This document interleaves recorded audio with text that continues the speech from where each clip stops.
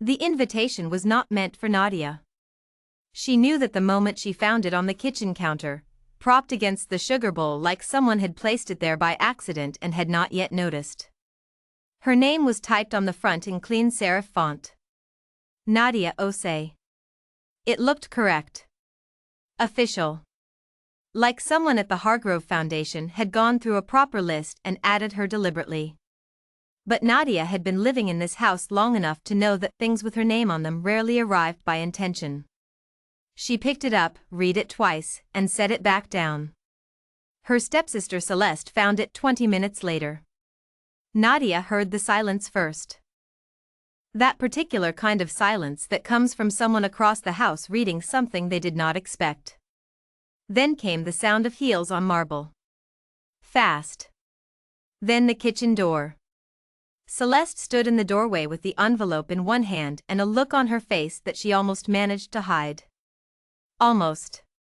"This is a mistake," she said. Not cruelly. Just matter-of-factly, the way someone states that the weather forecast is wrong. Nadia was standing at the counter making tea. She did not turn around. "Possibly," she said. "I will call the foundation and have it corrected." "You can try." That was the wrong thing to say. Nadia heard Celeste's breath sharpen. She turned around then, because she had learned over the years that it was better to face Celeste directly than to offer her the back of her head. There was a power in being looked at that Celeste had always exploited, and there was a different kind of power in refusing to look away. Celeste was beautiful in the way that required effort and money and the right lighting. She had their stepmother's cheekbones and their stepmother's way of standing, as if the room had been arranged around her in advance. She was 28 and had never once in her life opened a door that someone had not already held open for her. She looked at Nadia like she was a spreadsheet error. Something that needed to be corrected before anyone important saw it. The Hargrove Gala is not a casual event, Nadia. I know what it is. Then you understand that it is not appropriate for you to attend. Not this year. Not the way things are. Nadia picked up her tea. The invitation has my name on it. Administrative error. Then let the foundation correct it. If they call me and tell me not to come, I will not come. She said this calmly and she meant it calmly, but she also knew that Celeste would not call the foundation. Calling the foundation would require explaining how the error happened, and explaining how the error happened would require admitting that Nadia existed in the formal family records, which was something Celeste's mother had been quietly trying to undo for years. Celeste left the kitchen. The envelope stayed on the counter. 3 days later, their stepmother, Patricia, came to Nadia's door. Patricia was a small woman with an enormous presence, the kind of woman who had been managing people since before she could vote and had never once doubted her ability to do so. She wore a pale yellow cardigan and carried a garment bag over one arm. "The gala is Saturday," she said, as if Nadia might have forgotten. "I know. I thought you might need something to wear." She held up the garment bag. "This was from 3 seasons ago. It is not current, but it is appropriate." Nadia took the bag. She did not say thank you and Patricia did not expect her to. There was an honesty between them that had nothing to do with warmth. Patricia had never pretended to love Nadia. Nadia had never pretended to believe she was welcome. They operated on a mutual understanding that was, in its own quiet way, more respectful than anything Celeste had ever offered. She unzipped the bag that night. The dress was navy. Knee-length. The fabric was good quality but the style was dated, the kind of thing that had been fashionable 6 years ago and was now simply inoffensive. It fit, which was the best she could say for it. She hung it on the back of her door and looked at it for a while. She had 6 languages in her head and a freelance translation career that paid her bills and a rented room in her father's house where she had grown up. And she was going to a charity gala in a dress pulled from storage because someone at the foundation had made a clerical error and she had not been brave or foolish enough to correct it herself.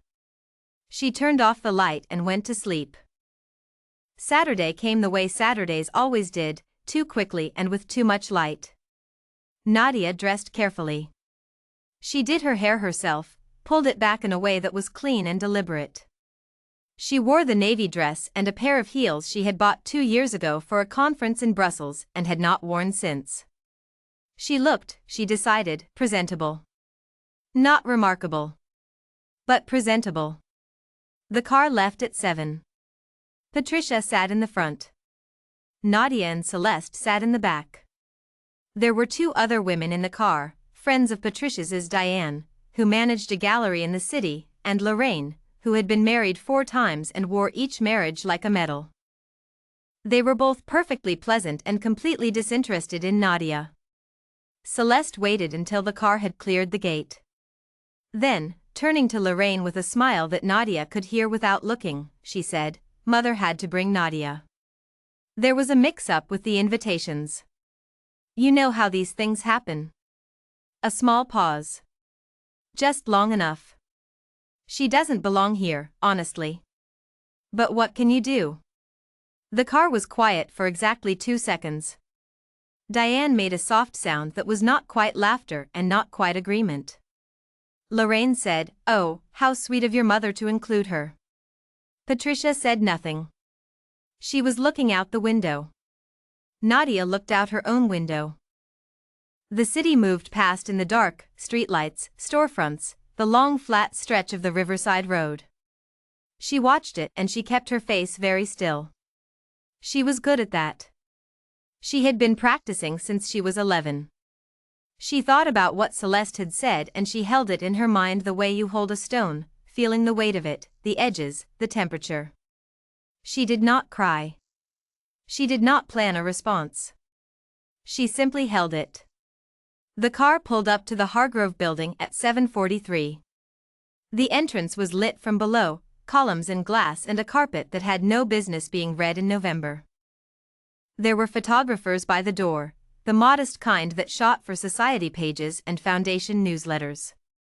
Celeste stepped out first. She had worn white ivory, technically, with a structured bodice and a long skirt that moved when she walked. She looked extraordinary. Several of the photographers turned. Patricia followed. Then Lorraine and Diane. Then Nadia stepped out alone, onto the red carpet, into the November cold, in a navy dress that was 3 seasons old, with nobody waiting for her and no one's arm to take. She squared her shoulders. She walked in. The lobby was warm and full of voices and the kind of quiet music that nobody actually listens to. Waiters moved through the crowd with trays of drinks. The room was full of people who all seemed to know each other, grouped in that particular way that signals long history and casual wealth, not the kind that announces itself, but the kind that simply assumes. Nadia took a glass of water from a passing tray. She stood near the edge of the room. She watched. She was very good at watching. And somewhere in the back of her mind, underneath the stone she was still holding, something quiet and stubborn said, "You are here." That is already more than they planned for. She did not know yet what the night would give her. She did not know who was already watching her from across the room. The room was arranged in the way that rooms like this always are, conversation clusters near the bar, the louder names gravitating toward the center, the quieter but more powerful ones holding the corners. Nadia had attended enough events as an interpreter to read a room the way other people read a weather map. You looked for the pressure systems. You found where the warm air and cold air were meeting. Celeste had already found the center. She was laughing with a group near the large floral arrangement, her white dress catching the light from the chandeliers, her hand resting briefly on the arm of a man in a dark suit. She was doing what she had always done brilliantly, making people feel that being near her was a privilege they had earned. Nadia did not envy it, exactly. She had watched the performance for 14 years and understood its mechanics too well to be impressed by it. But she felt it, the way you feel a temperature difference when you walk between rooms. She moved toward the far side of the hall where the large windows overlooked the river. The view was better here and the noise was lower and nobody had stationed themselves in this corner because there was nothing to gain from it. That suited her perfectly. She stood with her water glass and looked at the city below. A waiter passed and she took a small plate of food she would not really eat and felt the particular kind of loneliness that comes not from being alone but from being in a room where everyone has already sorted you into a category. She had been sorted into that category at 11 years old when her father married Patricia and moved them into a house where everything was already decided, the pecking order, the dinner seating, the amount of space Nadia was permitted to take up. Patricia was not a cruel woman. She was a precise one. And her precision left no room for a stepdaughter who was quiet and bookish and already spoke 2 languages by the time she arrived. Celeste had been 12. Old enough to understand that the new girl was not a sister but a variable in the family equation, and that variables could be managed. 14 years later, Nadia had not been managed so much as quietly minimized. She had her freelance work, her languages, her small income, and her room in her father's house, her father who was kind but absent in the way that some men are absent even when they are standing right in front of you. She did not often think about any of this with self-pity. Self-pity was a luxury she had never really been able to afford. But standing in the corner of the Hargrove Gala in a navy dress nobody had chosen for her with care, hearing Celeste's laugh carry over the noise of 100 people, she felt the full weight of what she had been told all her life about where she fit. She was still thinking about this when the room behind her changed. She did not see it happen. She heard it, a very slight adjustment in the volume of the conversations, the way a crowd changes sound when something worth noticing has entered the space. It was not loud. It was not dramatic. It was just a subtle tuning, like a room full of instruments all adjusting to a new pitch. She turned around. She did not know then who he was. She learned that later. What she noticed first was simply that he was standing on the far side of the room and he was not trying to be noticed, which in a room where everyone was trying to be noticed was itself conspicuous. He was tall, broad-shouldered, with dark hair going gray at the temples in a way that looked less like aging and more like a decision. He wore a dark suit with no pocket square, no tie pin, nothing that announced anything. His hands were in his pockets. He was looking at the room the way Nadia had been looking at it, reading it, measuring it, categorizing its pressures. He was not looking at Celeste. He was not looking at the host or the foundation board chair or any of the obvious centers of gravity in the room. He was, very calmly and with no particular urgency, looking at her. Nadia looked away. Picked up her water. Looked back at the river. By the time the dinner announcement came, she had forgotten about him almost entirely. Almost. The dinner was set in the main hall, long tables draped in white linen with low centerpieces and name cards and the sort of careful seating arrangement that communicates, without saying so directly, exactly where you rank. Nadia's card was at the far end of the third table. Not the last table. Not the very last seat. Just far enough from the foundation board and the major donors and the people who were there to be photographed that her presence could be acknowledged without being amplified. Patricia had probably arranged that. It was a precise woman's idea of a compromise. She sat down. To her left was a retired professor of economics who smelled of pipe tobacco and immediately began telling her about a paper he had written in 1987. To her right was an empty chair. The chair stayed empty through the first course. Nadia ate her soup and listened to the professor and watched the room. She had a gift for watching. It had developed early, in those first months after the move, when she had not yet understood the rules of the new household and had spent mealtimes reading the table like a text she needed to translate. You learned a great deal about people by watching them when they thought no one was paying attention. The way Patricia touched the base of her wine glass when she was calculating something. The way Celeste watched other women's reactions before she decided how to feel about a joke. The way her father looked at his plate when a conversation moved somewhere uncomfortable. She had translated that household fluently by the time she was 13. It had not made her feel better about it, but it had made her feel less surprised. The second course arrived. The chair to her right was still empty. Then, 8 minutes into the main course, someone sat down. She looked up. It was the man she had noticed earlier. The one with the gray temples and the dark suit and the way of standing that took up precisely the space he occupied and no more. He sat down with the particular ease of someone who is never in a hurry because they have long since stopped worrying about arriving late to things. He looked at the empty first course bowl in front of him. Then he looked at Nadia. "I missed the soup," he said. "It was fine," she said. "Not exceptional." He considered this. That is an honest review. His name card read, Ren Calloway. She did not recognize the name then. She would later. He picked up his fork and began eating the main course that had been placed in front of him, and for a few minutes neither of them said anything, which she found oddly comfortable. Most people who sat beside her at events felt the need to fill silence immediately. He did not. He seemed to believe that silence was a reasonable thing to exist in. The professor on her left had abandoned his 1987 paper and was now engaged in a heated exchange with the woman across from him about central bank policy. The table was loud enough that Nadia and the man to her right existed in their own small pocket of relative quiet. "You have been watching the room all night," he said. Not an accusation. An observation. She looked at him. "So have you." "I have," he agreed. "It is a habit." "Mine too." "What have you concluded?" he asked, and the question was genuine, not small talk, not the kind of question people ask when they are waiting for their turn to speak. He was actually asking. She thought about it for a moment. "The room is divided into 3 groups," she said. "People who came to be seen. People who came to give money. And people who came to figure out who everyone else is before deciding what they want." He nodded slowly. "Which group are you in?" "None of them," she said. "I came by accident."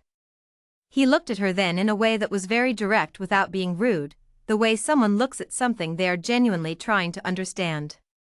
"That is an interesting thing to say." "It is the truth." "I know. That is what makes it interesting." She was not sure what to make of him. He was not flirting. He was not performing. He was simply talking to her as if she were a person with something worth saying, and she was slightly disoriented by it because that was not the usual register of conversations she had at events like this. The main course was cleared. Dessert arrived. Across the room, she could see Celeste at the head table. Celeste was talking to the woman on her right and laughing, but her eyes moved around the room in the practiced way that meant she was monitoring rather than relaxing. When her gaze reached Nadia's table, it paused for just a fraction of a second before moving on. Nadia turned back to her dessert. "Do you speak the language?" Ron Calloway said suddenly. She looked up. He was nodding very slightly toward the far end of the room where a small group of people had gathered near the windows. She followed his gaze. There was a man in a charcoal suit speaking quietly to the Foundation's event coordinator, who looked distressed in the contained way of someone whose problem has just grown larger than her solution. "Which one?" Nadia said. "The gentleman by the window. He arrived this evening with the Eastern European delegation. His name is Branko Horvat. He is the cultural attaché. His interpreter apparently did not arrive." She looked at the man again. He was speaking in clipped, accented English that the coordinator was clearly not following. The coordinator was nodding with the particular fixed smile of someone who understands none of what is being said but cannot admit it. "I speak Croatian," Nadia said carefully. "His accent is from the Zagreb region." Ron Calloway set down his dessert fork. "Then you could help." It was not a question, exactly. But it was not quite a command either. It was the sort of statement that trusts you to arrive at the right conclusion on your own. Nadia stood up. She crossed the room quietly, slipping between chairs and tables without drawing attention. She reached the coordinator and said, in a low voice, "I can help if you need someone." The coordinator looked at her with the expression of a drowning person who has just been thrown a rope. You speak Croatian? Yes. Oh, thank goodness. She stepped aside. Nadia turned to the attaché and introduced herself in Croatian. The man's face shifted immediately from polite frustration to genuine relief. He began speaking and she translated, keeping her voice even, her face neutral, moving fluidly between his language and English as the conversation required. They went on for perhaps 12 minutes. It involved a scheduling detail for the following morning's foundation visit and a question about the formal gift the delegation had brought and whether it would be appropriate to present it during the dinner or afterward. It was not complicated, but it required precision, the kind of precision that cannot be faked. When it was done, the attaché took her hand and thanked her warmly. The coordinator exhaled. Nadia excused herself and walked back to her seat. She had not looked for Ryn Calloway during any of it. She had been focused on the work. When she sat back down, he was watching her. 6 minutes faster than the professional would have managed, he said. And you did not insert yourself into the conversation. You translated and stepped back. That is what an interpreter is supposed to do, she said. You would be surprised how rarely that instinct appears. She picked up her water glass. She was not entirely sure what was happening in this conversation, but she was not uncomfortable with not knowing. Something about the way he spoke made her feel that not knowing was acceptable here, that she did not need to perform certainty she did not have. Across the room, she became aware of a change in direction. Celeste had seen her. Not the translation, Celeste had not seen the translation. Celeste had seen where Nadia had returned to. Had seen who Nadia was sitting beside. And something in Celeste's expression shifted with the particular precision of a person recalibrating.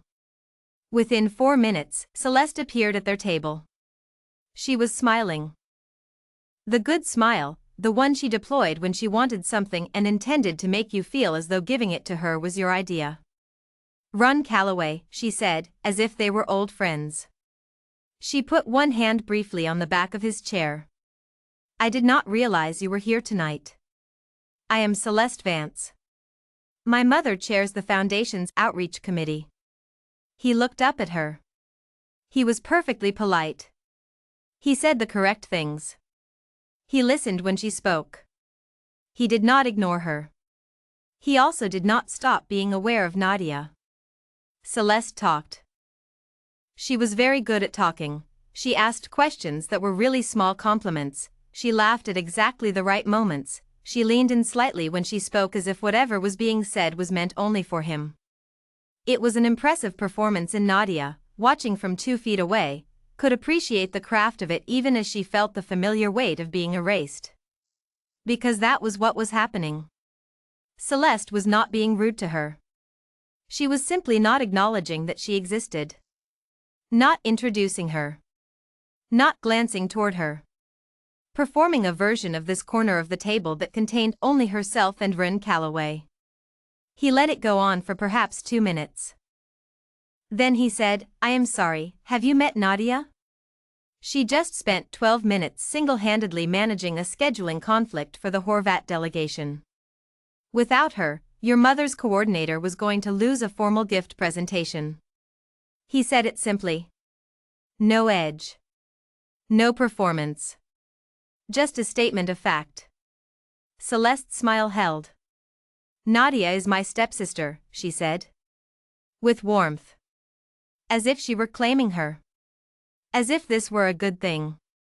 Is she? Said Ryn Calloway. He looked at Nadia.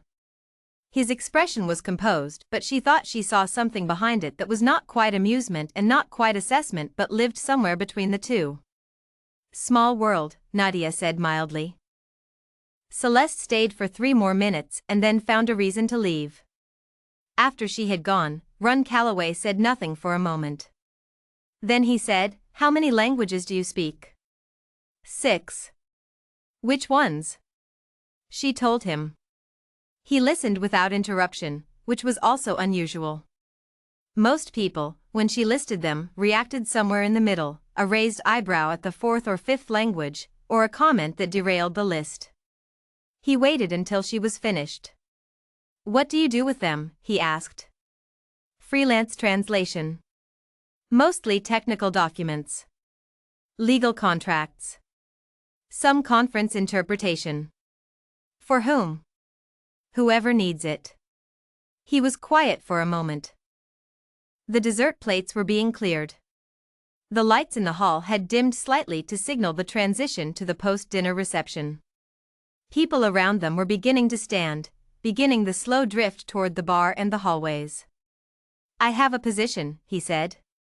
"It has been open for 4 months. I have been looking for someone specific." He paused, and the pause was not dramatic, it was simply precise. "I think I may have been looking for someone like you." Nadia put down her water glass. She looked at him carefully. "You do not know anything about me," she said. "I know 6 languages, 12 minutes, and the fact that you translate and step back." He stood, buttoning his jacket with one hand.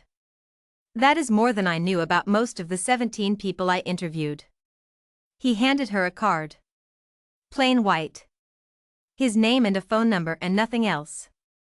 "Come to the terrace when you are ready," he said. "I would like to explain the role. You do not have to accept it. But I think you should hear it." He walked away through the thinning crowd. Nadia looked at the card for a long moment. Then she put it in her small clutch bag, pushed back her chair, and followed him. She did not take the direct route.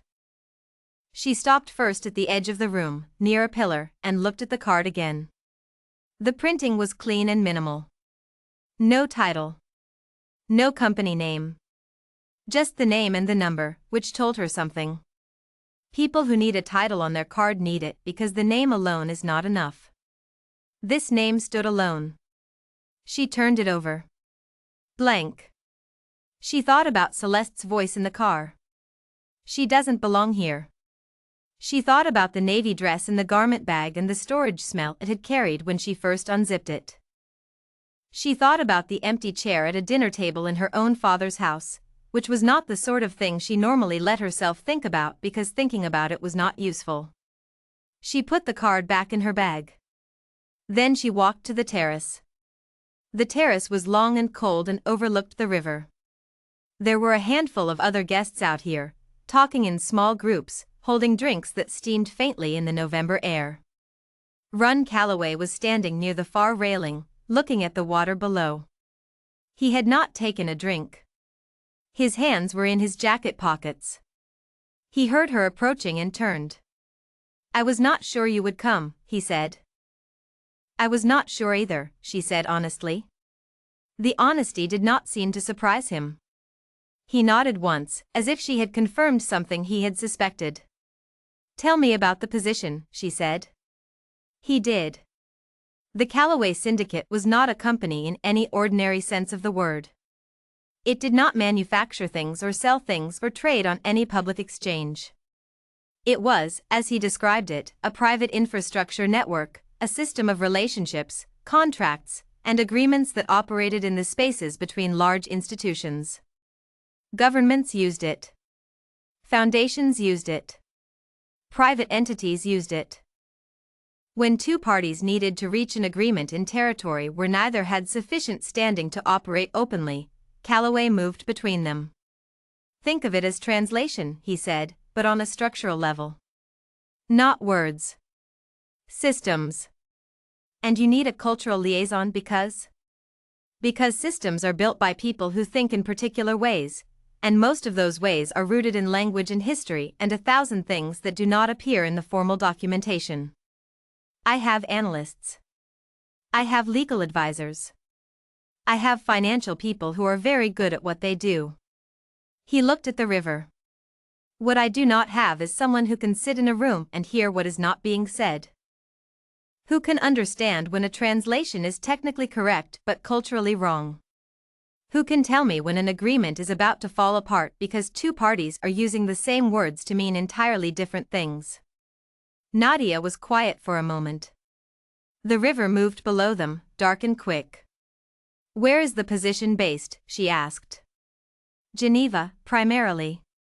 Some travel. The role would require you to be available on short notice. How short? Sometimes 24 hours. She considered this. And the 17 people you interviewed before tonight? None of them had the instinct, he said simply. Several were more qualified on paper. 2 had more languages. But they all had the same problem, they interpreted what was said. You interpreted the room. She looked at him. He was telling the truth. She was good at knowing when people were telling the truth, partly because she was good at language and partly because she had grown up in a household where the truth was usually somewhere other than where it was being pointed. I will need to think about it, she said. Of course. How long do I have? Until Monday, he said. After that I will have to pursue a different approach, and I would rather not. She nodded. The cold was starting to reach her through the navy fabric and she did not want to shiver in front of him because it would read as something other than cold. She kept her posture even and her face composed. I should go back inside, she said. Yes. She turned to go. Then she stopped. Why me specifically, she said. Not fishing for reassurance. Genuinely wanting to understand the reasoning. He thought about it for a moment. A real pause, not a performative one. Because you walked into a room where someone had already told you that you did not belong, he said. And you watched it instead of resenting it. That is a specific kind of intelligence. It is the kind I need. Nadia did not answer. She went inside. She found the bathroom and stood at the mirror for a moment, looking at herself in the navy dress. Then she washed her hands and dried them and went back out to rejoin the gala, which was now fully in its reception phase, louder, warmer, more loosely organized. Celeste was near the bar. She caught Nadia's eye across the room. She smiled, and it was a smile that said, whatever you think just happened, I am not worried. Nadia smiled back, genuinely, because she was not trying to win a war tonight. She was just trying to understand what had been handed to her. She took a glass of sparkling water and stood near the large windows and looked at the room one more time, reading it, categorizing it. Somewhere in the crowd, Ron Calloway was talking to the foundation board chair. His back was to the room. He was focused entirely on the conversation in front of him. But she noticed, just once, that he turned very slightly, not enough for anyone watching to register, and looked in her direction. She looked away first. Outside, the November city went on without them, indifferent and bright. Sunday morning came gray and quiet over the city. Nadia made coffee before anyone else in the house was awake. She sat at the kitchen table with her hands wrapped around the mug and the card on the table in front of her and thought about the word Geneva. She had been to Geneva once, 3 years ago, for a 4-day interpreting contract at a trade conference. She had stayed in a mid-range hotel and eaten most of her meals alone and come home with enough money to cover 2 months of her share of household expenses and the quiet, specific satisfaction of having done something well. She had thought about it sometimes since then, not with longing, exactly, but with the awareness of a door she had pushed on briefly and then walked away from. The card said nothing about money. She had not asked about money. She had not asked about a great many things, because the conversation on the terrace had moved fast and she had not wanted to seem like someone who was already computing what she could get out of it before she had decided whether she wanted it. She picked up the card. Put it down. Picked it up again. Celeste came downstairs at 9. She was in a silk robe and her hair was loose and she was wearing the morning version of herself, which was slightly less constructed than the evening version but no less deliberate. She filled a glass of water at the sink and turned around and looked at the card on the table. Ron Calloway, she said, reading it upside down the way someone reads things they are not supposed to be reading. Nadia did not move the card. Good morning. Celeste sat down at the table, across from her. She set her water down. She looked at Nadia with an expression that Nadia recognized. It was the calibration face, the one that appeared when Celeste was deciding what approach to take. He was interesting, Celeste said carefully. Different from most of the people there last night. Yes. Did he give you his card? Yes. A pause. What did he want? Nadia looked at her stepsister. He offered me a position, she said. She did not know why she said it. She had intended to say nothing. But something in her was tired this morning, not in the body, in the place where you store all the times you have said nothing and kept things small and made yourself fit into the available space. Celeste's face did something interesting. It moved through 3 or 4 different things very quickly before settling on gracious surprise, which was a color Celeste wore when she needed time to think. What kind of position? She asked. Cultural liaison. His network. Based in Geneva. Geneva. Celeste said the word as if she were measuring it. That is very sudden. It is. You have not said yes? I said I would think about it. Celeste wrapped both hands around her water glass. She was quiet for a moment, and in that moment Nadia watched her stepsister make a decision the way you watch someone make a turn in traffic, a brief signal, then commitment. Nadia, she said, and her voice had shifted into something softer, something that was supposed to feel like intimacy. I am not trying to interfere. I want you to know that. But Ren Calloway is, he operates in a world that is not straightforward. The Calloway network is not like a normal company. I know. He explained it. Did he explain who he works with? The kinds of governments? The agreements they broker? Some of it. You should be careful, Celeste said. And she sounded, Nadia thought, almost genuine. Almost. But there was a seam in it, a very thin place where the concern did not quite meet the edges of her expression. A man like that, approaching someone like you at a foundation gala, it is not typical. You should ask yourself why. Nadia looked at her for a long moment. He told me why, she said. And you believed him. I am still deciding.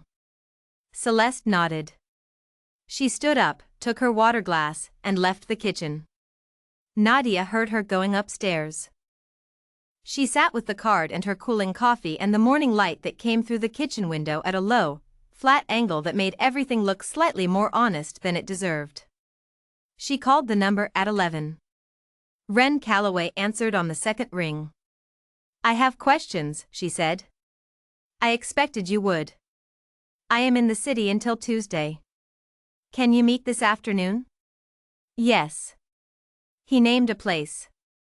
A small cafe on the south side, not the kind of place that appeared in food reviews or that people went to be seen. It was the kind of place where the coffee was good and the tables were set slightly too far apart for conversations to bleed into each other.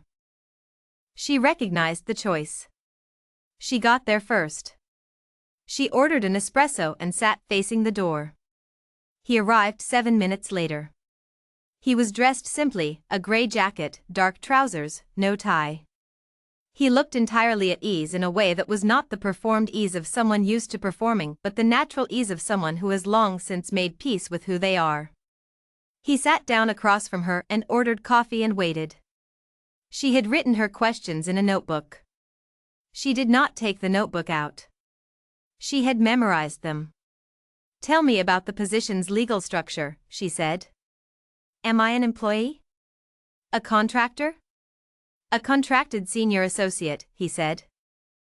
The contract runs 2 years with a renewal option. It is subject to Swiss employment law. Compensation? He named a figure. It was more than she had made in the previous 3 years combined. She kept her face still. What does the role actually require, she said. Day to day. Not the broad description. You would be present in meetings, sometimes as an active interpreter, more often as an observer. You would debrief me afterward. You would read documents and flag cultural or linguistic misalignments before they become structural problems. You would occasionally represent the network at events where your presence is more useful than mine. Why would my presence be more useful than yours? Because I walk into a room and half the people in it immediately start calculating what they can take from the interaction, he said. You walk into a room and people forget you are there. That is not an insult. It is a significant professional advantage, and it is remarkably rare. She thought about that. You said you had been looking for 4 months. 17 interviews. 2 final candidates. Neither of them worked. What did they do wrong? He was quiet for a moment. One of them was very smart and knew it in a way that meant every interpretation came with a footnote, he said. The other was skilled but needed to be needed. She put herself into the gaps when the gaps did not require her. Both are common problems in the field. He looked at her. You stepped in last night when there was an actual gap. When the gap closed, you stepped back. Most people cannot do that. They help and then they become part of the situation. Nadia thought about the coordinator's face when she had offered help. The relief. The immediate surrender of control to someone who knew what they were doing. I have another question, she said. Yes. Celeste, she said. She spoke to you at dinner. She is connected to the foundation through our stepmother. If I take this position and she is displeased by it, does that create a problem for you? He looked at her steadily. Is that a real concern or a test? Both, she said honestly. The answer to the real concern is no, he said. The Hargrove Foundation is one of several dozen organizations in the broader network. No individual member of any board committee has influence over staffing decisions. The answer to the test is this: I have been doing this for 16 years, and the only people who have ever created problems for my organization are people I brought into it who did not belong there. And you believe I belong there. I do not make offers I am not certain of, he said simply. The coffee arrived. For a few minutes neither of them spoke. Outside, the city was doing its Sunday afternoon things, people walking dogs, a pair of cyclists, the slow unhurried rhythm of a day that was not demanding anything. I would need 2 weeks to close my current contracts, she said finally. Something shifted in his expression. Not a smile, barely a shift. But it was there. That is reasonable, he said. I will need the full contract in writing before I sign anything. Of course. And I need it reviewed by my own legal contact, not yours. I would expect nothing less. She picked up her espresso. It was good coffee. She drank it and thought about Geneva and the 2-year contract and the figure he had named and the navy dress from storage and the sound of Celeste's voice on the drive to the Gala.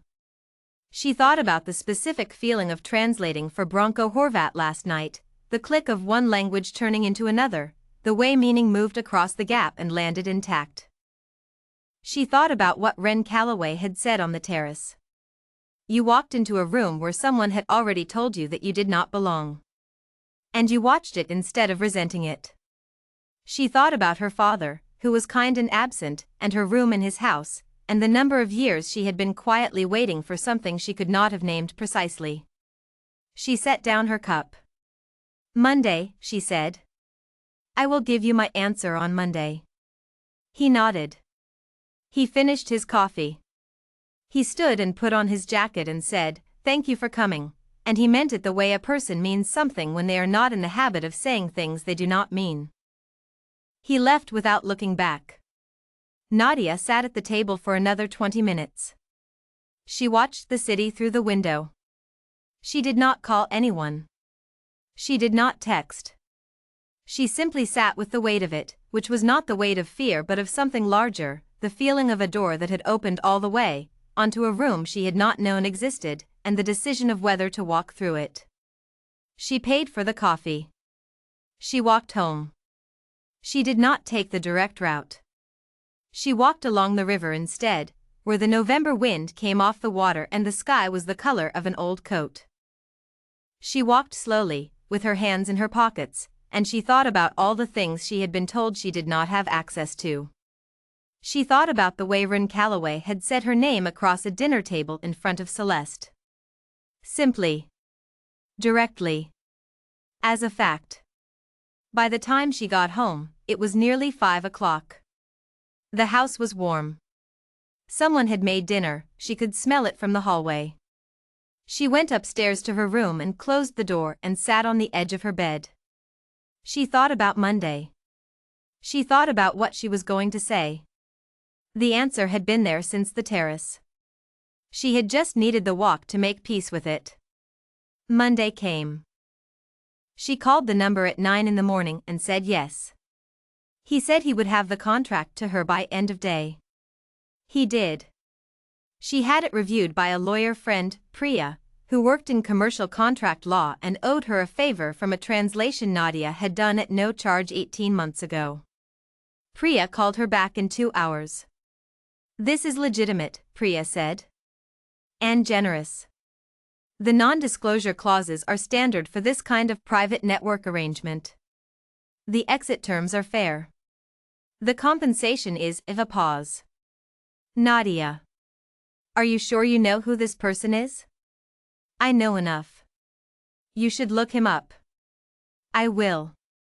She looked him up that afternoon. The Callaway name was not prominent in the way that meant you saw it everywhere. It was prominent in the way that meant the people who needed to know it already did. There were no flashy profiles, no magazine features, no social media presence.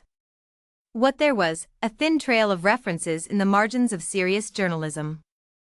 A mention in a piece about the resolution of a Baltic trade agreement in 2019.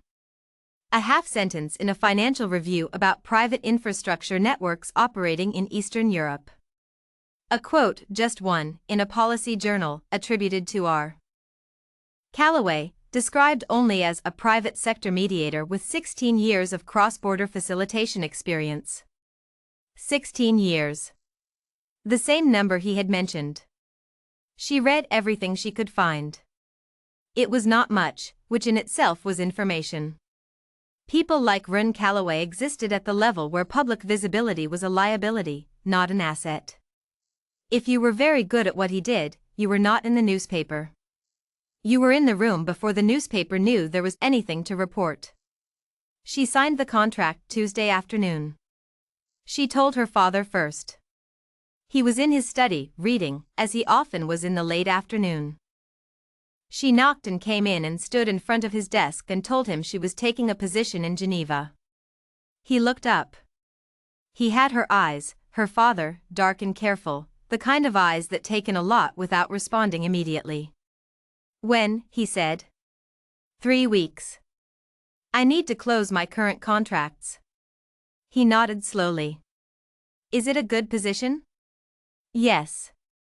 He looked at her for a long moment, and she could see the question forming behind his eyes, the one he was trying to find the courage to ask, about whether she was running from something or toward something and whether those were really different things. She could see him decide not to ask it.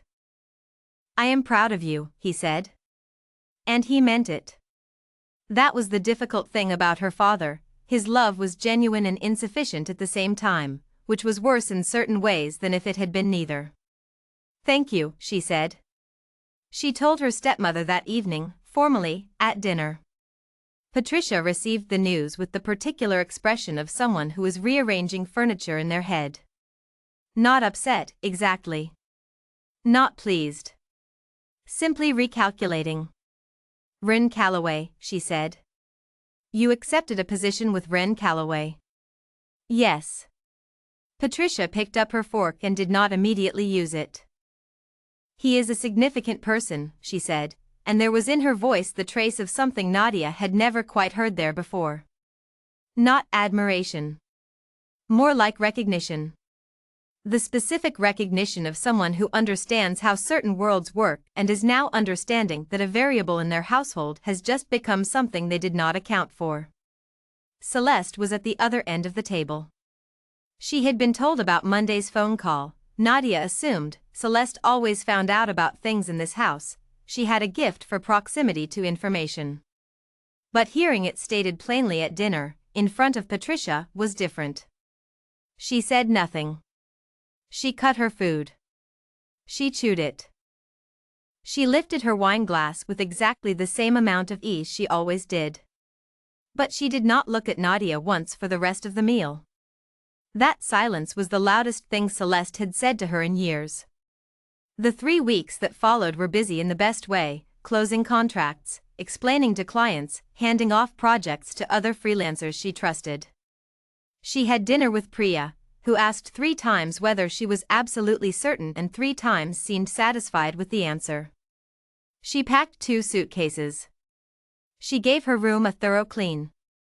On her last morning in the house, she came downstairs early again. The kitchen was empty.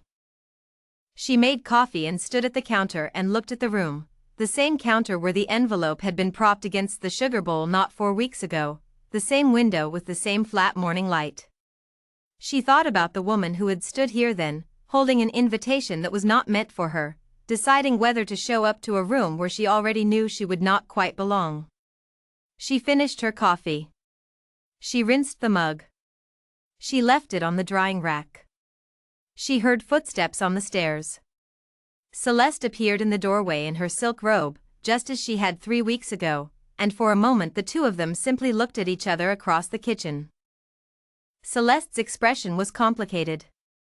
There was something in it that was not jealousy, exactly, and not regret, exactly, but a combination that had no clean name, the face of someone who has realized that the thing they dismissed was worth more than they priced it. "Safe travels," she said. "Thank you," Nadia said. She picked up her bag. She walked past her stepsister and down the hall and out the front door of her father's house. The morning was cold and clear. The taxi was waiting at the gate. She got in. She did not look back at the house. There was nothing there she had not already memorized. The photograph appeared on a Thursday.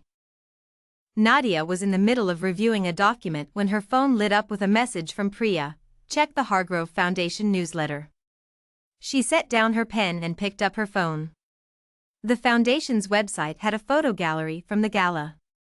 It was the kind of thing that went up a few weeks after the event, images shot by the foundation's own photographer, meant for the newsletter and the donor report. Tasteful. Low profile. The kind of content that circulated within a very specific professional world and stayed there.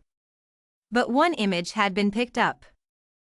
A society journalist named Owen had been at the gala that night as a guest, not as press, and he had shot a handful of photographs on his phone that he later posted without much commentary. One of them showed a section of the main hall near the windows where the Eastern European delegation had been gathered, and in the center of it was Nadia.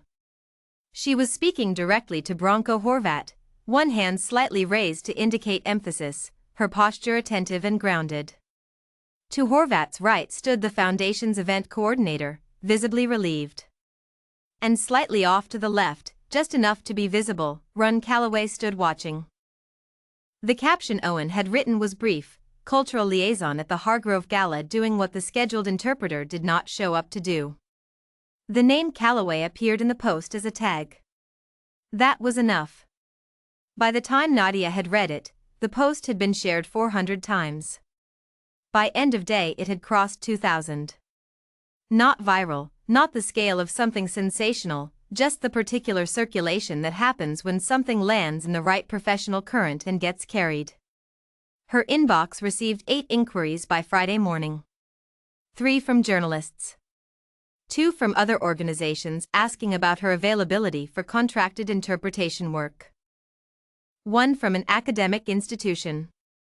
2 that were personal and harder to categorize, people from her past who had not been in touch for a while and who now apparently found her newly interesting. She answered none of them immediately.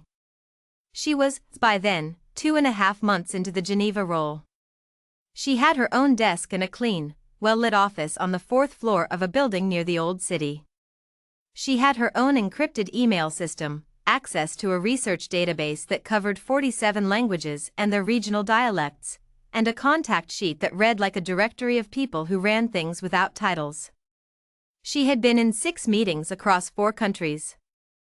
She had flagged 3 significant cultural misalignments in draft agreements before they became structural problems. She had saved one negotiation from collapsing by identifying, at 11:30 at night over a shared document, that two parties were using the same legal term to mean fundamentally different things. She had also, in those 2.5 months, developed a working relationship with Ren Calloway that she had not quite had a name for. It was not friendship, exactly, it was too focused for friendship. It was not simply professional, because the nature of the work required a kind of honesty that was more personal than professional norms usually allowed. He debriefed her after every significant meeting, and she was direct with him in a way she had not been direct with anyone in a long time, and he received her observations without defensiveness, which was rarer than it should have been. He trusted her read of rooms. She trusted his read of risk.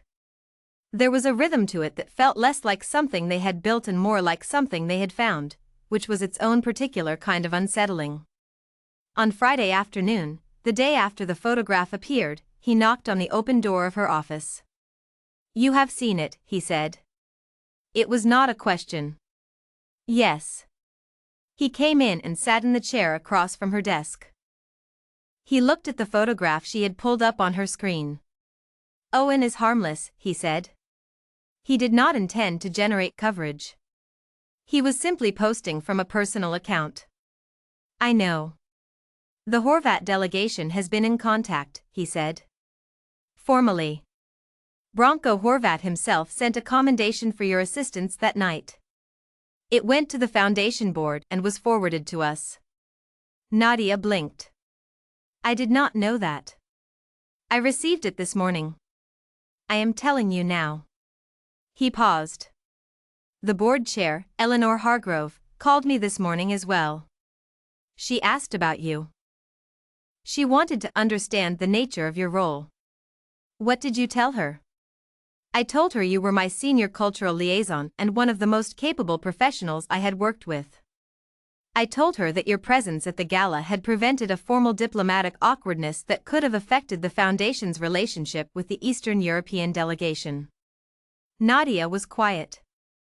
"Eleanor Hargrove will be at the Foundation's regional conference in February," he said. "She has asked whether you would be available to attend." "In what capacity?" "Representing the Callaway network." "As yourself." She thought about that for a moment. "She did not ask about Celeste?" Nadia said carefully. "She mentioned the Vance family briefly. She is aware of the connection." He paused. She did not seem to consider it relevant to the conversation. Nadia exhaled. Not loudly. Just a small release of something she had not been aware she was holding.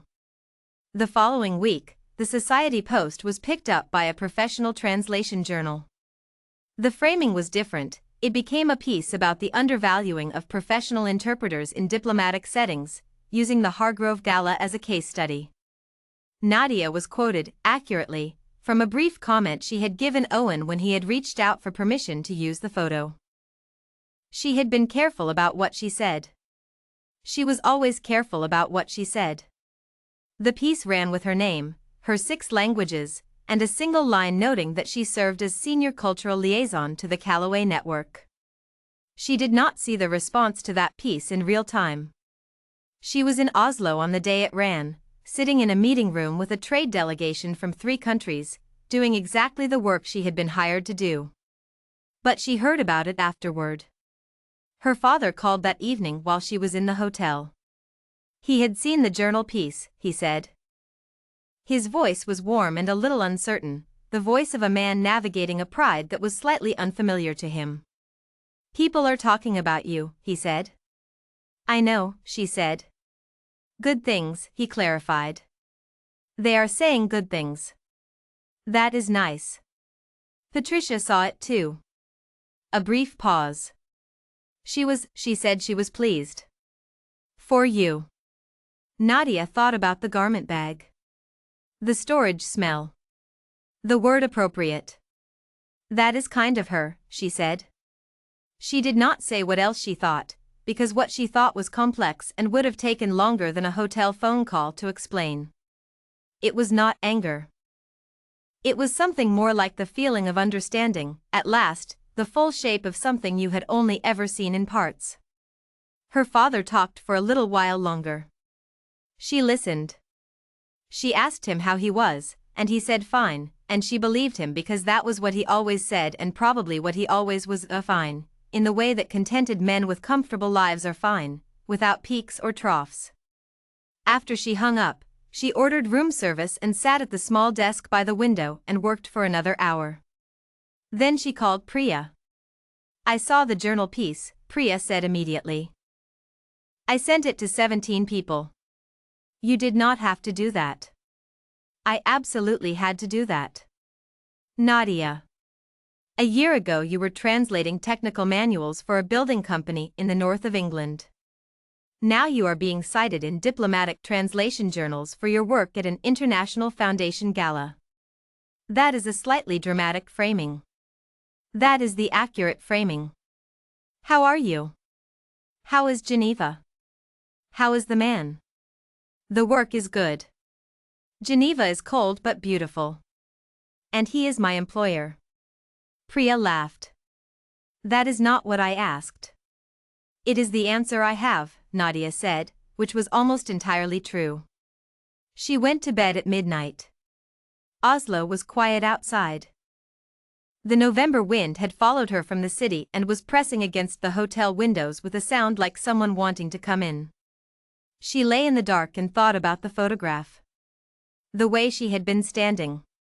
The way the event coordinator had looked. The way, just at the edge of the frame, Ron Calloway had been watching without appearing to watch.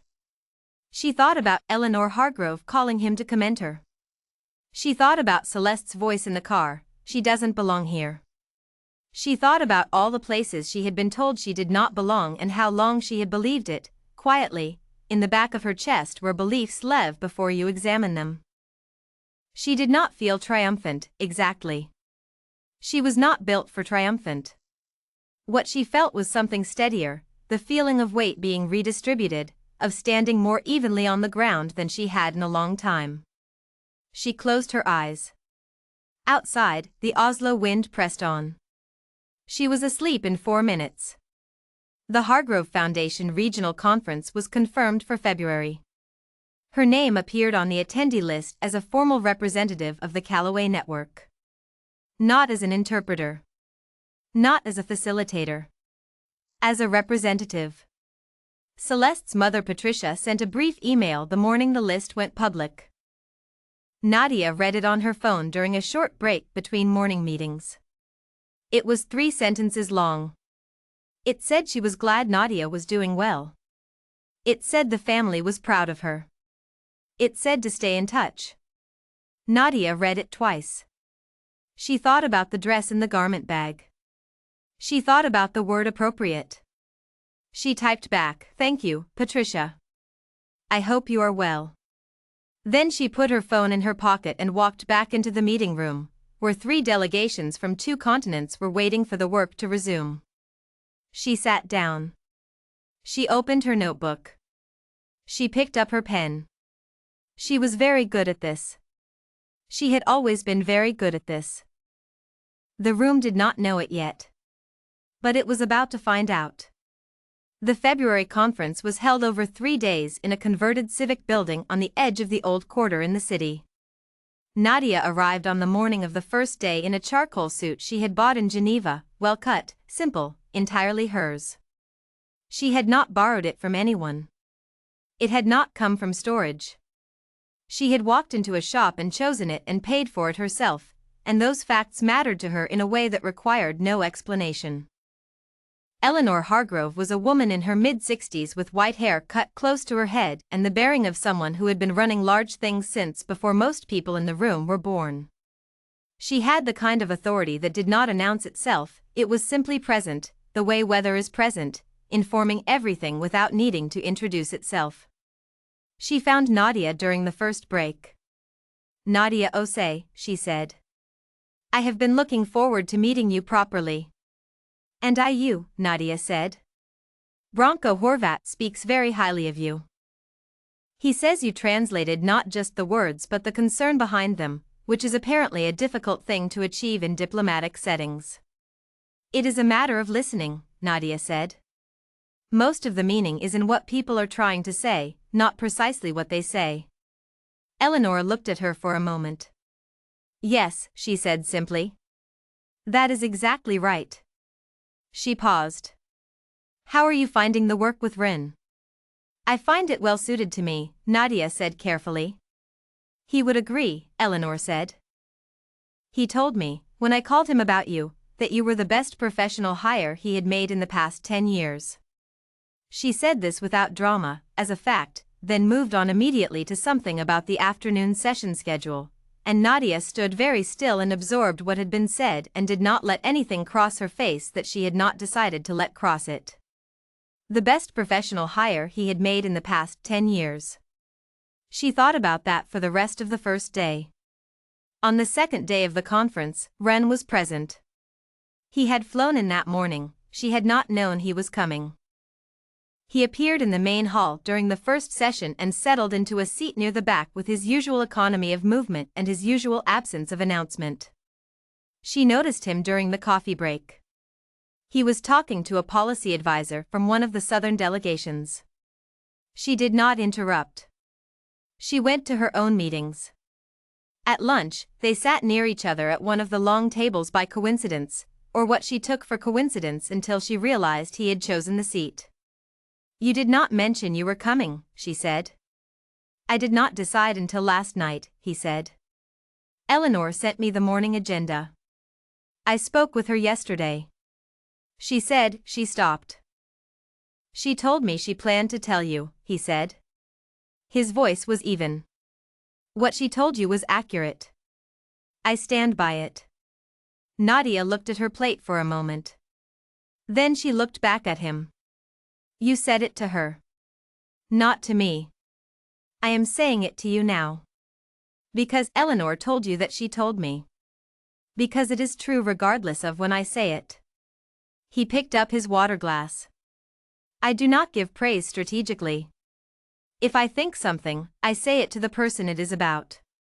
I simply had not found the right moment. And this is the right moment? Apparently Eleanor decided for me, he said drily. Something shifted in her chest. Not dramatically. Just a small rearrangement of something that had been sitting at a slight angle. Thank you, she said. It is not a compliment.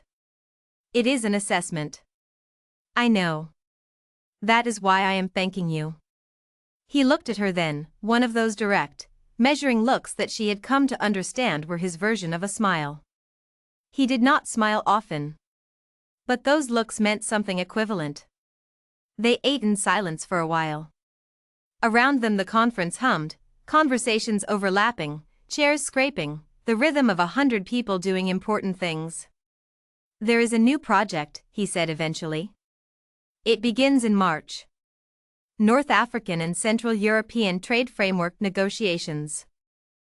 6 countries, 3 languages in the room, about 14 dialects I need mapped and contextualized before the first session. Send me the preliminary documents, she said. I already did. She looked at him. When? This morning, while I was on the flight. She had not checked her encrypted mail since arriving at the conference. I will read them tonight, she said. He nodded once. That was the end of the business part of the conversation. The rest of the lunch was quieter, not the silence of 2 people who had nothing to say but the silence of 2 people who did not need to fill space. She thought, not for the first time, that this was the thing about him that was most unusual. He was comfortable with silence. He treated it like furniture, useful, present, not requiring comment. On the third and final day of the conference, during the closing reception, a delegate from one of the Baltic states approached her. He was a man named Anders, gray-haired and precise, with the bearing of someone who had been in rooms like this for 40 years and still paid attention to every detail. He said that a colleague had been asking about her. That the colleague ran a small but significant international cultural foundation and was looking for a keynote speaker on the subject of language as a tool of diplomatic infrastructure. She listened. She said she would be interested in hearing more.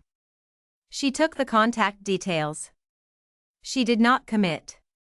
When Anders walked away, she stood for a moment at the edge of the reception and thought about the word keynote. She had translated other people's keynotes. She had rendered other people's words across the gap between languages. She had made other people's ideas accessible, had given them a second life in a new register. She was very, very good at that. But the idea of standing at a podium and speaking in her own voice, about work that was hers, that was a different feeling. A slightly larger one. A door she had not looked at before. She filed it away. Not for now. But not closed either. She looked across the reception and found Run where he was standing near the far wall, speaking with Eleanor Hargrove and two other senior figures. He was listening. His face was attentive and still. He was not trying to lead the conversation. He never tried to lead. He created conditions in which useful things happened, and then he observed them. He glanced across the room and his eyes found her the way they often did, quickly, without searching. As if he always knew approximately where she was. She looked away first, as she always did. Outside the conference building, February laid its cold and colorless light across the city. The street beyond the glass was quiet. A few pigeons on the pavement. A taxi idling at the curb. She thought about the navy dress. She thought about the storage smell and the word appropriate and the sound of Celeste's voice saying she doesn't belong here with the particular offhandness of someone who has never once had to wonder where they belong. She thought about where she stood right now. She was standing in a conference hall in the city where she had grown up, in a suit she had chosen herself, with a phone full of new contacts and a 2-year contract and a project beginning in March, and a man across the room who had crossed a gala ballroom to talk to her when he could have talked to anyone. It had been 4 months since the invitation that was not meant for her. She picked up a glass of water from a passing tray and turned back toward the room. She had work to do. She was very good at that. 6 months after the gala, Celeste sent a message. Nadia was at her desk in Geneva when it came through, a Tuesday afternoon, gray outside, the lake below the city the color of old silver. She was in the middle of an index annotation for the North African framework documents when her personal phone lit up on the corner of the desk. She glanced at it. Set it down. Finished the paragraph she was working on. Then picked it up. The message was 4 sentences long. It opened with "I have been thinking about reaching out for a while." It said that things at home had been a little difficult lately and that Celeste hoped they could talk properly. It said she had seen the piece in the translation journal and had been very impressed. It ended with "Call me when you have a chance." Nadia read it 3 times. She was not surprised. She had been expecting something like it, not the exact words, but the shape of the gesture. Celeste was a practical woman in her own way. She understood that positioning shifted, that relationships had more uses than their current configuration, and that a stepsister who now represented a significant private network at international conferences was a different kind of asset than a stepsister who lived in the guest annex and did freelance translation work. She was not angry. She was not cold. She was simply clear. She thought about what to say for the rest of the afternoon. Not composing, she already knew the response. She was thinking about the tone. About whether to give Celeste the cleanness of a direct reply or the warmth of a slightly ambiguous one. About what she owed and what she did not owe. She thought about the car ride to the gala. She doesn't belong here. Said with the easy conviction of someone who had never once questioned their own right to be wherever they were. She thought about the morning after, in the kitchen. Celeste sitting across from her, warning her to be careful about Ryn Calloway. The thin seam in the concern. She thought about safe travels on the morning she had left, and how those 2 words had contained everything and nothing. She typed back that evening, "I am glad to hear from you. Things here have been good. I hope things settle down at home soon. Let us plan a call sometime in the next few weeks." Then she put her phone face down and went back to work. She told Rin about it the following morning, not because she needed his input but because she had been telling him things for 6 months and it had become a habit she did not particularly want to break. He was reading something when she came into his office. He looked up. She told him briefly.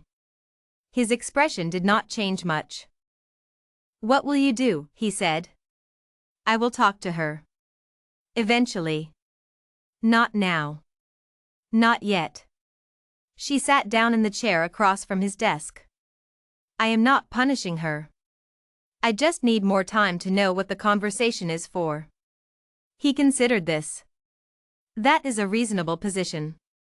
You are not going to tell me I should be more forgiving." "No. Or less." "Also no." He put down the document he had been reading. "You are better at knowing what you need from a situation than most people I have worked with. I have learned not to advise you on it." Something in her chest did the small rearrangement it sometimes did in these moments. She had stopped trying to name it.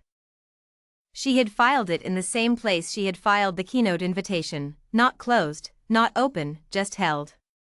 "There is something else," she said. "The keynote." She blinked. "Anders told you." "Anders tells me things," he said. "We have worked together for 11 years. And you did not mention it. It was your decision to make." He paused. "It is still your decision. But since we are talking about it, you should do it." She looked at him for a long moment. "You did not hesitate on that." "Because the answer is obvious. You have spent your career putting other people's ideas into other people's mouths. You have an idea of your own that is worth a room's attention. The room will benefit from it." She thought about standing at a podium. Her own voice in a microphone. Her own words traveling across the air toward people who were there to hear her specifically. It was a different weight from any she had carried before. Not heavier. Just shaped differently. "I will think about it," she said. "You will say yes," he said. Not unkindly. Just with the certainty of someone who has read the room. She said yes to the keynote in March. The invitation came from the foundation that Anders had mentioned, a small institution based in Copenhagen, focused on language policy and its role in international negotiation. The event was in May. The topic she was given to address, the gap between technical translation and cultural interpretation, and why closing that gap was the structural prerequisite for any durable agreement. She wrote the speech herself. She worked on it for 3 weeks, in the evenings, at her kitchen table in her apartment, which was modest by Geneva standards but entirely and completely hers, a fact she was still adjusting to 6 months in. She drafted it in English first. Then she read it in French. Then in German. She wanted to feel where the ideas broke down across languages, where the concept required reconstruction rather than translation. She rebuilt the weakest parts. She sent it to Rin a week before the event. Not for approval. For a second set of eyes. He sent it back the next day with 3 comments in the margin. All 3 were precise. One of them was about a sentence near the end that she had known was not quite right and had been avoiding. His comment said simply, "This sentence is trying to do too much." She cut it and replaced it with 2 sentences that each did one thing well. She flew to Copenhagen on a Wednesday. She took a cab from the airport to the small hotel near the foundation's headquarters. She ordered room service and went to bed early. On Thursday morning she put on the charcoal suit. She walked to the foundation. She met the organizers. She drank a coffee she did not really taste. Then she walked out onto a small stage in a room of 90 people and she stood at the podium and looked at the room and breathed once, evenly, and began to speak. She spoke for 35 minutes.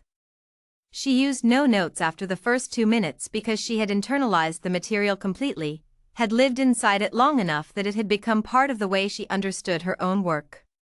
She talked about the difference between the word on the page and the word in the room. She talked about the 11 different ways that the concept of trust is encoded in the 12 languages she now worked across regularly. She had gone back and added 6 more since taking the role. She talked about a negotiation she had been part of in the autumn, without naming parties or specifics, where an agreement had nearly failed not because of substance but because one side understood the other's silence as contempt and the other side understood their own silence as respect. The room was quiet in the way that means it is paying attention. She talked about a woman at a dinner table who had once explained, in 12 minutes, to a diplomat who had not been properly attended to, that his concerns were heard, and how the 12 minutes had mattered more than the 3 hours of formal discussion that followed. She did not mention that the woman was herself. When she finished, the room applauded. Not politely. Actually. She stood at the podium for an extra second before she stepped back, because she wanted to hold the feeling, not the applause, exactly, but what was underneath it. The feeling of a room that had followed her here and arrived somewhere different from where it started. Afterward there were questions. Good ones. The kind that show someone has actually listened. She answered them directly and occasionally said I do not know when she did not know, which seemed to please people more than a confident answer would have. A woman from one of the Baltic delegations introduced herself as a researcher studying language policy. She had 3 cards ready before she had finished her first sentence. A man who directed a European Translation Training Institute said he wanted to stay in touch about the next year's programming. A journalist from a policy journal asked whether she would write a short version of the talk for publication. She said yes to all of them. She took the train back to Geneva. She had a window seat and she looked out at the March landscape going past, wide and flat near the border, then hillier as she moved south, the light changing as the afternoon wore on. She thought about the speech. She thought about what had worked and what she would do differently next time. Next time. She noticed that she had assumed there would be a next time without deciding to. That was good information. Her phone had several messages. Priya, who had found out about the keynote through a friend of a friend and was delighted about it in the characteristically loud way that Priya was delighted about things. Her father, briefly, saying he had heard it had gone well. Ren. She opened Ren's message last. It said, Anders was there. He said you were the best speaker of the day. I told him I was not surprised. Then it said, the March project documents need your annotations by Friday. She read it twice. She did not reply immediately. She looked out the window for a while at the landscape going past. Then she typed, annotations will be done by Thursday. Thank you for the margin comments. The 2 sentences were better than the one. She put the phone in her pocket. The train moved south through the changing light. She thought about 6 months ago, the kitchen counter, the sugar bowl, the envelope with her name on it that was not meant for her. She thought about the navy dress and the car ride and the particular silence after the words she doesn't belong here. She thought about how a room feels when you walk into it not knowing what it holds. The particular alertness of that feeling. How it can read as fear and can also, if you let it, read as something else entirely. She arrived back in Geneva at early evening. The city was lit and cold. She took a cab to her apartment, changed out of the charcoal suit, and made herself dinner. While the water boiled, she stood at the kitchen window and looked at the lights of the city below, the old quarter, the lake beyond it, the long dark shapes of the mountains on the other side. She thought about Celeste's message. Call me when you have a chance. She thought about what she was going to say when she made that call. She was closer to knowing than she had been a month ago. Not all the way there, but closer. She would get there. She was in the habit of getting there.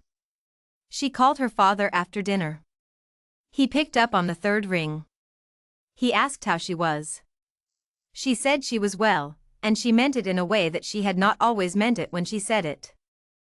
He talked for a while about small things, the garden, a television program he had been watching, a book he had started and put down.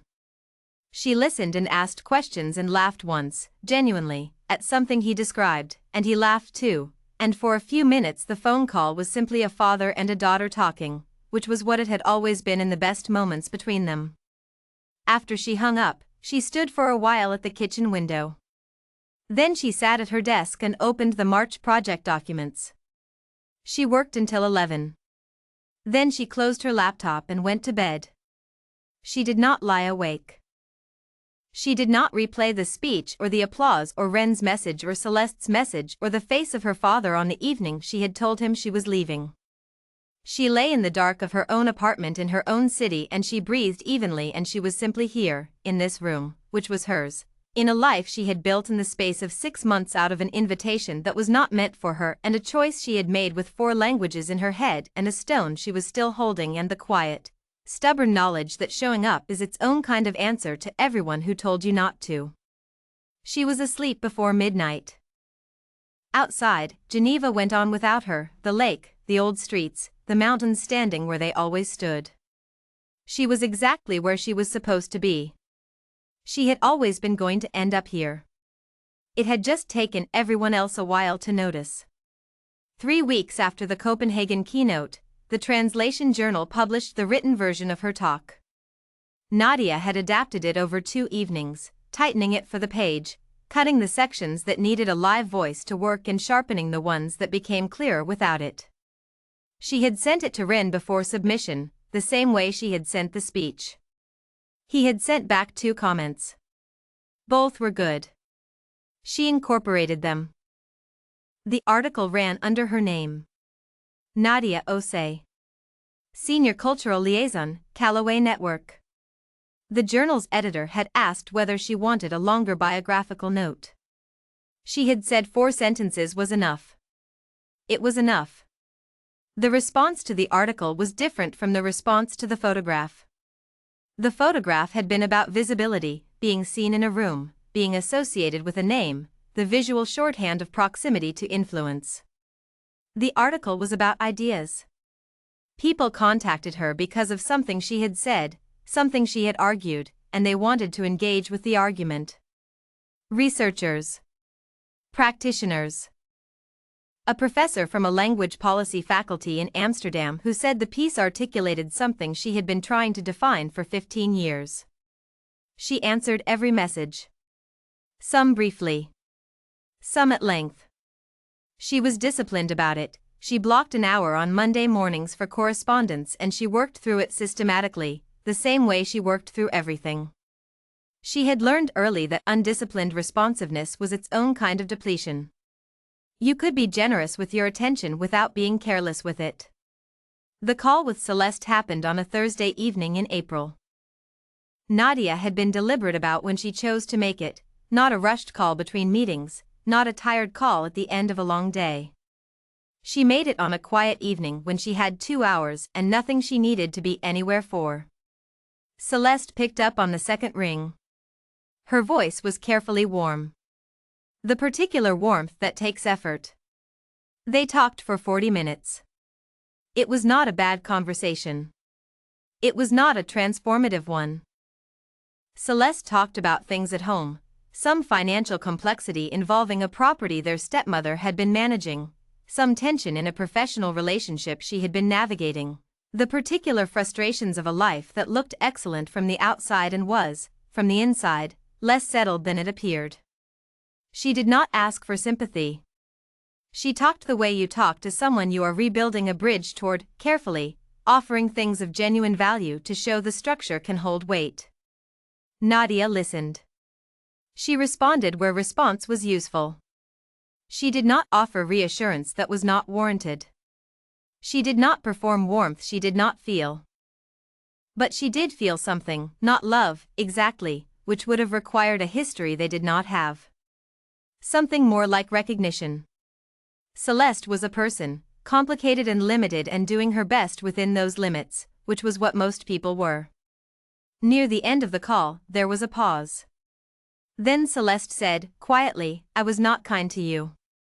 It was direct. No softening. No qualifier. Nadia was quiet for a moment. "No," she said. "You were not." Another pause. "I am sorry for that." Nadia looked at the window across from her desk. The lake was dark and still in the evening light. "I know," she said. "Thank you." She did not say it is fine or it does not matter or we were both young or any of the formulas that smooth things over by making them smaller than they are. She said thank you, which was true. The apology mattered. She received it. She put it in the same place she had put the stone she had been carrying since the car ride to the gala, not discarded, not dissolved, but no longer required to be held quite so tightly. They talked for a few more minutes. They agreed to call again next month. They were not going to be close, that was not the shape of this relationship and both of them knew it. But they were going to be civil. Honest.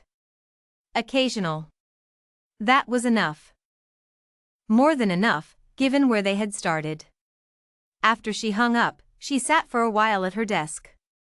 Then she got up and made herself a cup of tea and stood at the kitchen window in the dark. In May, a second keynote invitation came through. This one was from a larger institution, a European policy forum held annually in Brussels, with a significantly wider audience. The invitation was addressed to her directly, and in the first line it mentioned Copenhagen. She accepted within the week.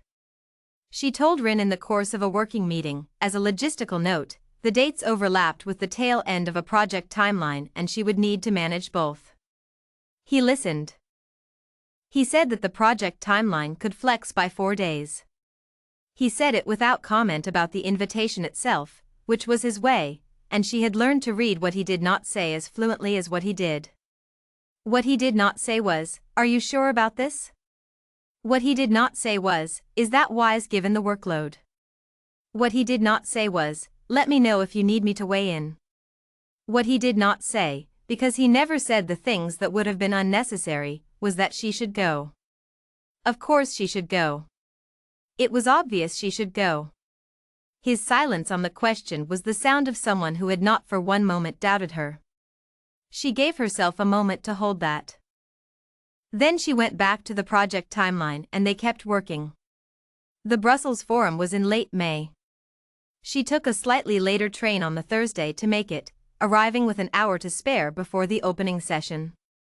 The venue was larger than Copenhagen, a formal conference hall with high ceilings and a stage set low, so the speaker was on the same level as the room rather than elevated above it. She liked that immediately. She had written a different talk for this one. Not a repeat of Copenhagen, a development of it, taking the ideas further, applying them to a specific case study she had been given permission to reference. The North African framework negotiations had reached their first formal agreement in April. She had been in the room for 18 of the 22 sessions.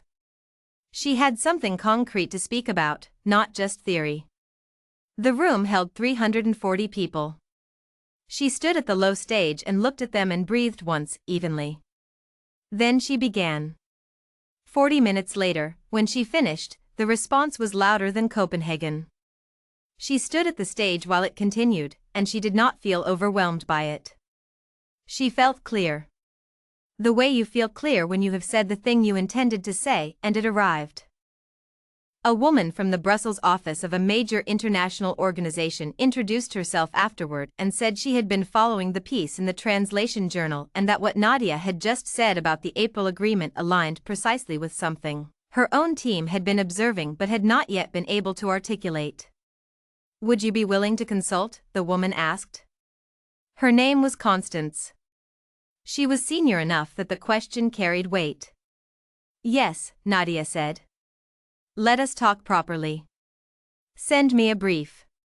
Constance sent the brief 4 days later. Nadia read it, annotated it, discussed it with Ren, and wrote back with a proposed scope for an initial engagement. The engagement was confirmed by end of the week. She did not stop to think about how different this was from translating technical manuals for a building company in the north of England. She was aware of it. It was simply not the most useful thing to focus on. What was useful to focus on was the work. In June, on a Wednesday, Rin knocked on the open door of her office again. She looked up. He came in and sat down. He said he had been offered a significant new engagement, a 3-year initiative involving 8 countries and a range of institutional partners across 4 continents. The scope was larger than anything the network had taken on in the past decade. It would require a restructuring of the team. He paused. Looked at her directly. I want to offer you an expanded role, he said. Not simply a liaison. Led cultural strategist. Substantive input on which engagements we take and how they are structured. Your own small team, reporting to you. She looked at him for a long moment. That is a different position from the one I accepted, she said. Yes. When would this happen? The initiative begins in September. I would want you in the new role before the first planning meeting. Which is when? August. The first week. She thought about it. She did not say anything for a moment. Outside the window, the lake was very blue and very still. It was the kind of day that Geneva sometimes produced in June, where everything looks as though it has been cleaned. Why me? She said. And then, before he could answer, not fishing. I want to hear your reasoning. He was quiet for a moment. Because you understand what the work is for, he said. Not just how to do it. That is rarer than I expected when I started doing this. And because you have something I have not always had in the people closest to this work, you know how it feels to be in the room that was not meant for you. That informs how you approach every negotiation. How you read what the room actually needs versus what it says it needs. She breathed out once. Slowly. I will need to think about it, she said. Of course.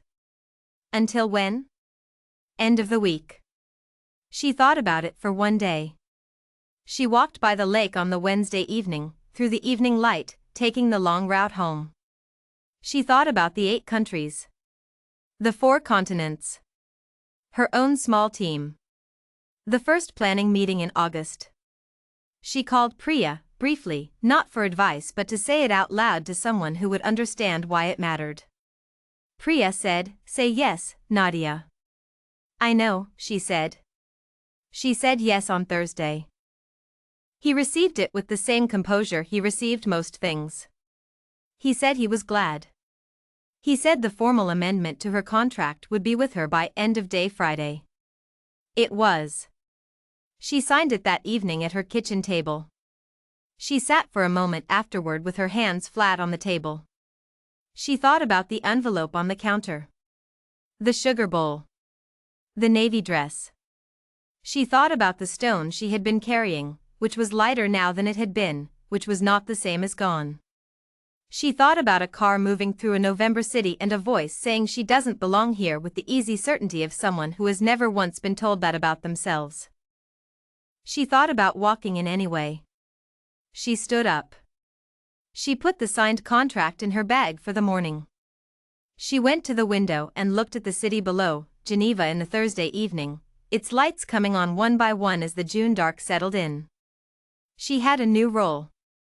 She had a talk in September at a forum in Vienna that she had already said yes to. She had a call to return to Constance in Brussels and a research paper she was in the early stages of outlining and a team she would need to build and a father she called every 3 weeks and a stepsister she called once a month now and a friend named Priya who celebrated everything loudly and a man across the office who read rooms the way she did and had, 6 months ago, crossed a ballroom to tell her so. She had work to do. She had always had work to do. It was simply the right work now. She turned away from the window. She made herself a cup of tea. She sat down at her desk and opened her laptop. Outside, Geneva was bright and quiet and entirely indifferent to the size of the thing that had just happened in the kitchen. She opened the project folder. She got to work.